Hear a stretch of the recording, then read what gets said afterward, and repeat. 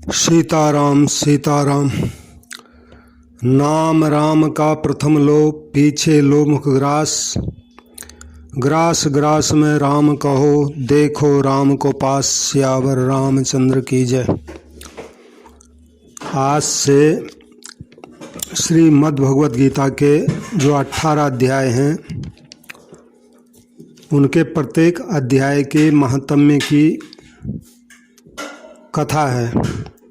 यानी गीता जी के हर अध्याय को पढ़ने का बड़ा भारी लाभ होता है कल्याण मार्ग में। तो 18 अध्यायों की 18 कथाएं हैं। स्कंद पुराण में ये कथाएं आई हुई हैं, तो वहाँ से ली हुई हैं। तो शिव जी माता पार्वती को ये कथाएं सुनाते हैं। सब सुनने वालों से मेरी प्रार्थना है, यदि आपको ये कथाएं कहानियाँ अच्छी लगती हैं तो आप मेरे चैनल को सब्सक्राइब करें, और पसंद आती हूँ तो लाइक करें, और दूसरे तक भी ये कहानियाँ जाएं तो कहानियों को शेयर करें। और कुछ आप कहना चाहते हैं तो कमेंट में जाके कह दें। इन बातों का अधिक से अधिक प्रचार होना चाहिए। कलयुग का समय चल रहा है। सीताराम। तो मैं शुरू करता हूँ। राम। ओम श्री परमात्मे नमः। श्रीमद् भगवद गीता के पहले अध्याय का महात्म्य। श्री पार्वती जी ने कहा, भगवान शिव जी को कहा, भगवान आप सब तत्वों के ज्ञाता हैं। आपकी कृपा से मुझे श्री विष्णु संबंधी नाना प्रकार के धर्म सुनने को मिले, जो समस्त लोक का उद्धार करने वाले हैं। हे देवेश, अब मैं गीता का महात्म्य आपके श्रीमुख से सुनना चाहती हूँ, जिसका श्रवण करने से श्रीहरि में भक्ति बढ़ती है। श्री महादेव बोले, पार्वती, जिनका श्री विग्रह अलसी के फूल की भांति श्याम वर्ण का है, पक्षीराज गरुड़ जी ही जिनके वाहन हैं, जो अपनी महिमा से कभी च्युत नहीं होते तथा शेषनाग की सैया पर शयन करते हैं, उन भगवान महाविष्णु की हम उपासना करते हैं। एक समय की बात है, मुर दैत्य के नाशक भगवान विष्णु शेषनाग के रमणीय आसन पर सुखपूर्वक विराजमान थे।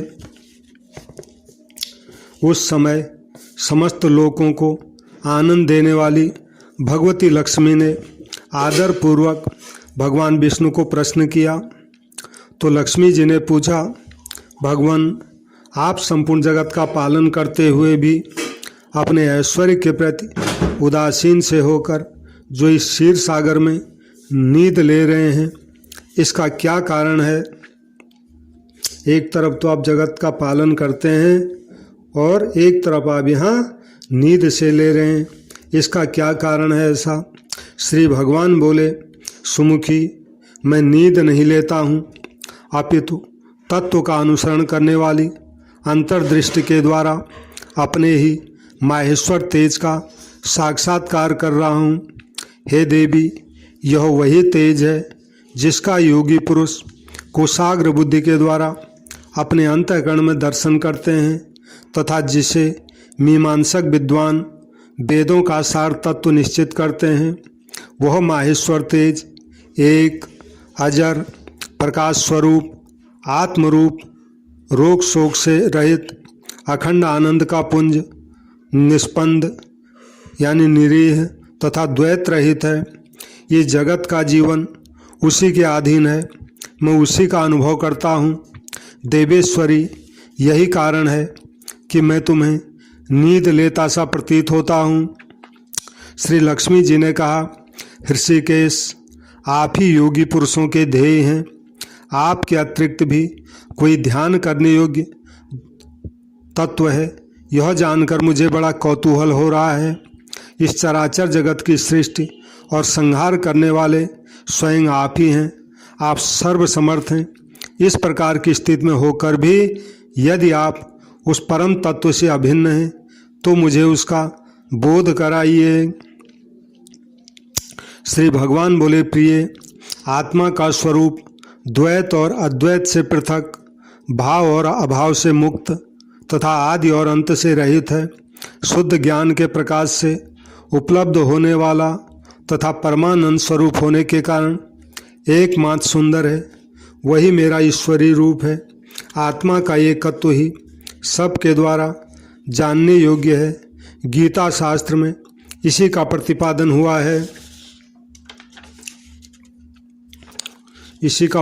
हुआ है। अमित तेजस्वी भगवान विष्णु के ये वचन सुनकर लक्ष्मी देवी ने शंका उपस्थित करते हुए कहा, भगवान, यदि आपका स्वरूप स्वयं परमानंदमय और मन वाणी की पहुँच के बाहर है तो गीता कैसे उसका बोध कराती है? मेरे इस विषय का संदेह आप निवारण कीजिए। तो श्री भगवान बोले, सुंदरी सुनो, मैं गीता में अपनी स्थिति का वर्णन करता हूँ। क्रमशः 5 अध्यायों को तुम 5 मुख जानो, 10 अध्यायों को 10 भुजाएं समझो तथा 1 अध्याय को उदर और 2 अध्यायों को दोनों चरण कमल जानो।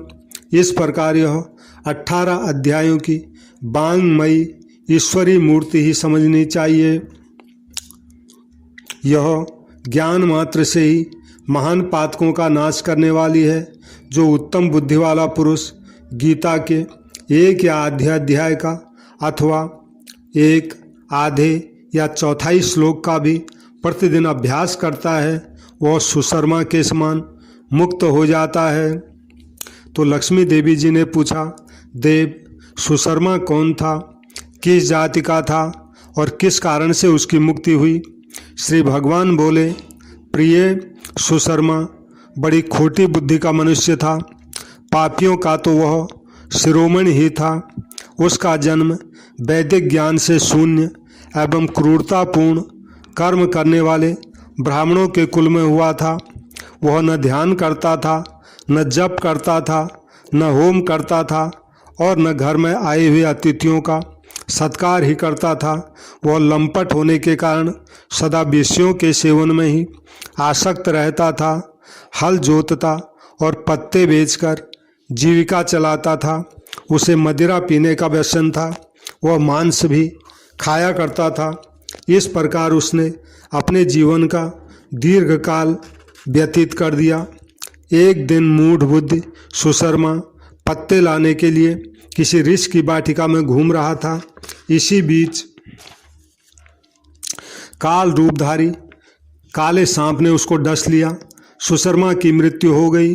उसके बाद वह अनेक नरकों में जा वहाँ की यातनाएं भोग कर मर्त्यलोक में लौट आया और वहाँ बोझ ढोने वाला बैल बन गया।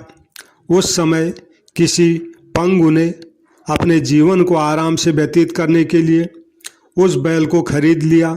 बैल ने अपनी पीठ पर पंगु का भार ढोते हुए बड़े कष्ट से 7-8 वर्ष बिताए। एक दिन पंगु ने किसी ऊंचे स्थान पर बहुत देर तक बड़ी तेजी के साथ उस बैल को घुमाया। इससे वो थक कर बड़े वेग से पृथ्वी पर गिर पड़ा और मूर्छित हो गया। उस समय वहाँ कौतूहलवश आकृष्ट हो बहुत से लोग एकत्रित हो गए। उस जन समुदाय में से किसी पुण्यात्मा व्यक्ति ने उस बैल का कल्याण करने के लिए उसे अपना पुण्य दान किया। तत्पश्चात कुछ दूसरे लोगों ने भी अपने अपने पुण्यों को याद करके उन्हें उसके लिए दान किया। उस भीड़ में एक वैश्या भी खड़ी थी। उसे अपने पुण्यों का पता नहीं था, तो भी उसने लोगों की देखा देखी उस बैल के लिए कुछ त्याग किया। उसके बाद यमराज के दूत उस मरे हुए प्राणी को पहले यमपुरी ले गए। वहाँ यह विचार कर कि यह वैश्या के दिए हुए पुण्य से पुण्यवान हो गया है तो उसको छोड़ दिया गया। फिर वह भूलोक में आकर उत्तम कुल और शील वाले ब्राह्मणों के घर में उत्पन्न हुआ। उस समय भी उसे अपने पूर्व जन्म की बातों का स्मरण बना रहा। बहुत दिनों के बाद अपने अज्ञान को दूर करने वाले कल्याण तत्व का जिज्ञासु होकर वह उस वैश्या के पास गया और उसके दान की बात बतलाते हुए उसने पूछा कि तुमने कौन सा पुण्य मुझे दान किया था।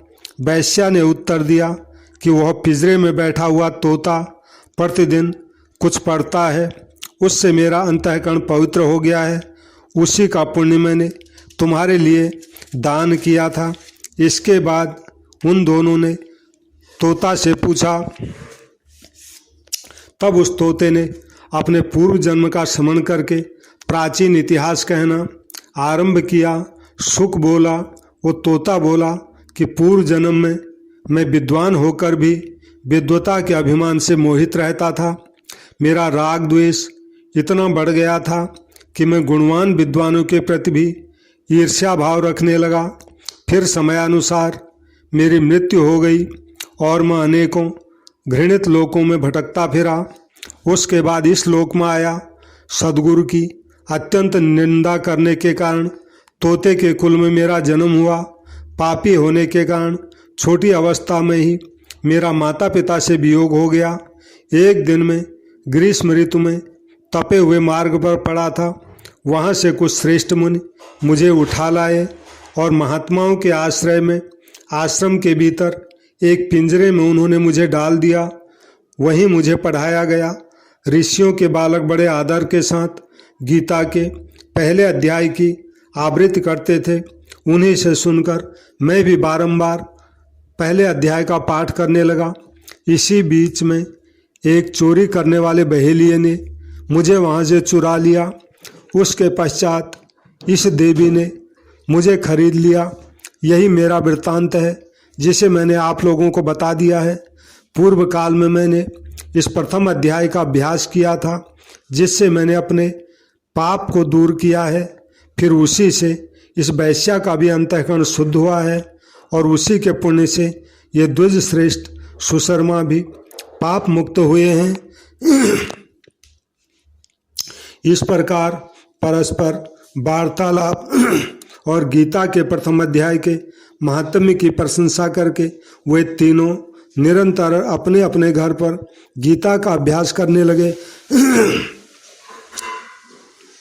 फिर ज्ञान प्राप्त करके वे मुक्त हो गए। इसलिए जो गीता के प्रथम अध्याय को पढ़ता है, सुनता है तथा अभ्यास करता है, उसे इस भवसागर को पार करने में कोई कठिनाई नहीं होती है। सीताराम सीताराम सीताराम। धृतराष्ट्रवाच पहले अध्याय का पहला श्लोक है। धर्म क्षेत्रे कुरुक्षेत्रे समवेतायुत्सव मामका पांडवश्चैव किम कुर्वत संजय।